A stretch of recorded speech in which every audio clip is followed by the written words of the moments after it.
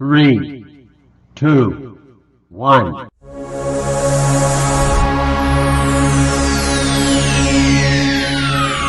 Di dalam penjara, tahanan wanita ini selalu memakan masakan Michelin yang enak dan lezat. Ada juga pelayan, tapi dia suka menyiksa dirinya sendiri. Tidur 2 jam, kencangkan sabuk perut, membolongi pakaian. Di bawah sinar matahari berjemur sampai ada bintik-bintik hitam di muka dan badan. Membuat diri sendiri sangat kurus hingga tersisa kulit dan tulang saja. Akhirnya dia mencapai tujuannya, hidung berdarah. Apakah Anda pikir dia gila? Tentu saja tidak. Tujuan dia adalah menangguhkan eksekusi penghakiman dan bebas lebih awal. Di Korea, ketika tahanan sakit parah dan sudah menjadi lebih baik, segera akan dibebaskan dari penjara. Dengan syarat wajib lulus ujian dari pengacara dan jaksa. Dengan menggunakan segala caranya. Tetapi jaksa ini adalah orang yang berpengalaman. Dia tahu banyak orang kaya yang berpura-pura sakit agar bisa dibebaskan lebih awal. Pada saat itu, Lee Hok pun muncul. Dia adalah dokter terbaik di Korea. Katanya, selama gadis ini memenuhi satu permintaannya, pasti akan segera melepaskannya. Gadis itu tidak ragu-ragu, dengan cepat setuju. Cara punya Yuji adalah sindrom Fanconi. Ini adalah penyakit yang sangat langka. 25% diwariskan ke jantung. Kebetulan 40 tahun yang lalu, kakaknya juga meninggal karena penyakit ini. Sumber penyakit ini sudah ada, tetapi untuk memenuhi kelayakan, masih butuh 3 gejala lagi. Satu adalah kekurangan vitamin dan mineral, mengakibatkan gangguan mata dan detak jantung tidak teratur. Kedua, begadang menyebabkan mengurangnya trombosit, kulit memar dan mimisan. Ketiga, jari yang cacat. Untungnya sejak dia kecil bermain sepak bola, menyebabkan beformitas jempol. Pada saat dicek oleh dokter, mengkonfirmasi gejala dia sangat mirip dengan gejala Fanconi. Dokter menyarankan untuk memindahkannya ke rumah sakit luar agar menjalani perawatan yang lebih intensif. Tapi jaksa melarangnya karena dia mengira bahwa dia hanya berpura-pura sakit. Jantung berhenti berdetak, akhirnya juga diantar ke rumah sakit. Gadis itu pun tersenyum lagi, dan akhirnya dia pun kembali ke kehidupan yang bebas. Ternyata sebelum diperiksa, sang dokter memberi ramuan ajaib yang dapat membuat penyakitnya semakin terlihat seperti nyata. Lalu ada berita baru di TV, seorang anak orang kaya tertangkap. Seorang anak orang kaya tertangkap dan dijatuhi hukuman 3 tahun penjara karena kepemilikan obat-obatan terlarang. Permintaan dokter sebelumnya, dia ingin menjadi dokter utama di penjara sebelumnya. Jadi wanita itu menyadari bahwa target si dokter adalah seorang anak pengusaha yang baru saja tertangkap tadi. Betapa menyebalkannya anak ini karena melakukan hal-hal buruk dan akhirnya dia pun ditangkap. Dia membuat kecelakaan mobil sendiri dan kemudian meminta ibunya untuk mengirimkan ambulan milik dia sendiri dan diantar ke rumah sakit milik sendiri. Seperti itu dapat menangguhkan hukuman penghakiman dan tidak harus masuk penjara. Tetapi saat itu, satu pria muncul. Dia menggunakan stetoskop medis dan memeriksa bahwa tulangnya ada yang patah dan menusuk paru-paru. Hanya butuh 10 menit saja, tuan muda ini akan kehilangan nyawanya apabila tidak segera ditolong. Dan orang itu langsung menusukkan jarum suntik ke tubuhnya dan seketika dia memuntahkan seonggok darah dan tuan muda itu pun selamat.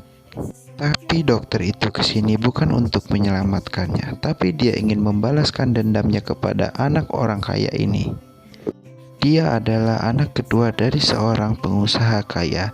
Dia mengetahui ayahnya telah memberikan seluruh harta warisannya kepada grup Taikang. Bagaimana bisa tahan lagi? Dia mengebut di jalanan dan mengutuk setiap pengendara yang mendekatinya. Saat menunggu lampu merah, dia mengeluh kepada adiknya yang tidak memberitahunya tepat waktu. karena sedang di luar negeri dan mendengar berita bahwa semua harta telah disedot sampai habis. Ketika lampu hijau, dia masih mengutuk. Mobil di belakang tidak bisa maju karena terhalang oleh mobilnya. Karena diklaksoni, dia pun marah dan mengambil pemukul dan memukuli mobil itu sampai rusak. Tapi dia tidak tahu, di dalam mobil adalah pasangan suami istri yang tuli. Dia tidak mengerti pria ini sedang berkata apa. Karena tidak ingin mencari masalah, pengemudi ini pun melajukan mobilnya dan menganggap semua masalah ini tidak terjadi apa-apa. Membuat anak orang kaya ini sangat kesal dan mengejar mobil truk itu hingga sampai di persimpangan.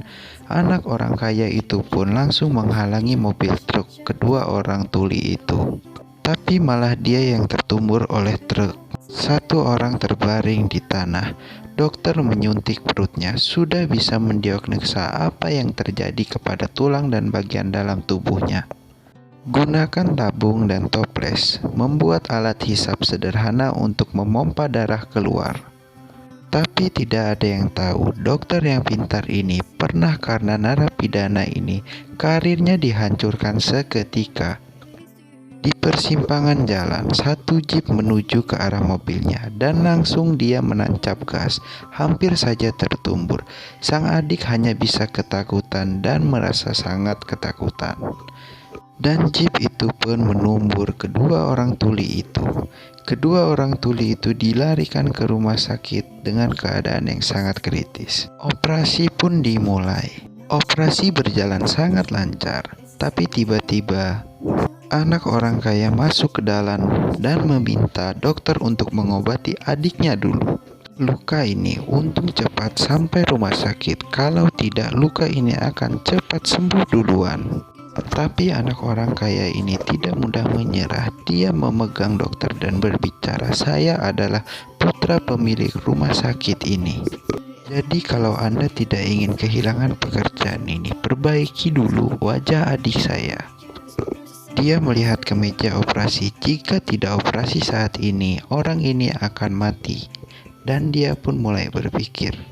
Dia pun mengusir anak orang kaya itu dan dia pun mulai melanjutkan operasinya yang tadi terhenti.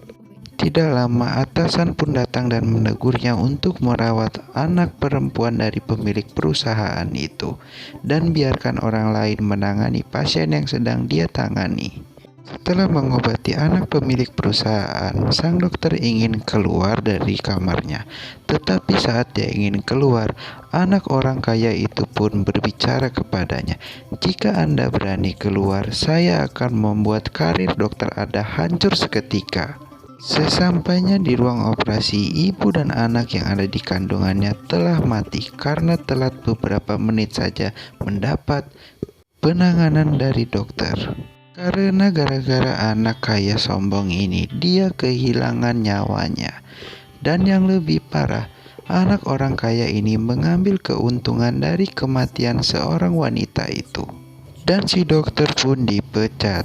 Segera karirnya yang telah dibangun hancur dan dia dipenjarakan di penjara selama 3 tahun. Beberapa tahun kemudian, putra pengusaha itu ditangkap karena menyalahgunakan jabatannya di rumah sakit. Dia pun dimasukkan ke dalam penjara yang ada dokter yang telah dia hancurkan karirnya sebelumnya. Inilah mengapa sang dokter menyelamatkan anak orang kaya itu, karena dia telah menyiapkan segalanya. Apabila Anda menyukai channel ini, jangan lupa like, komen, dan subscribe. Karena setiap subscribe dari Anda membantu channel ini untuk berkembang. Terima kasih.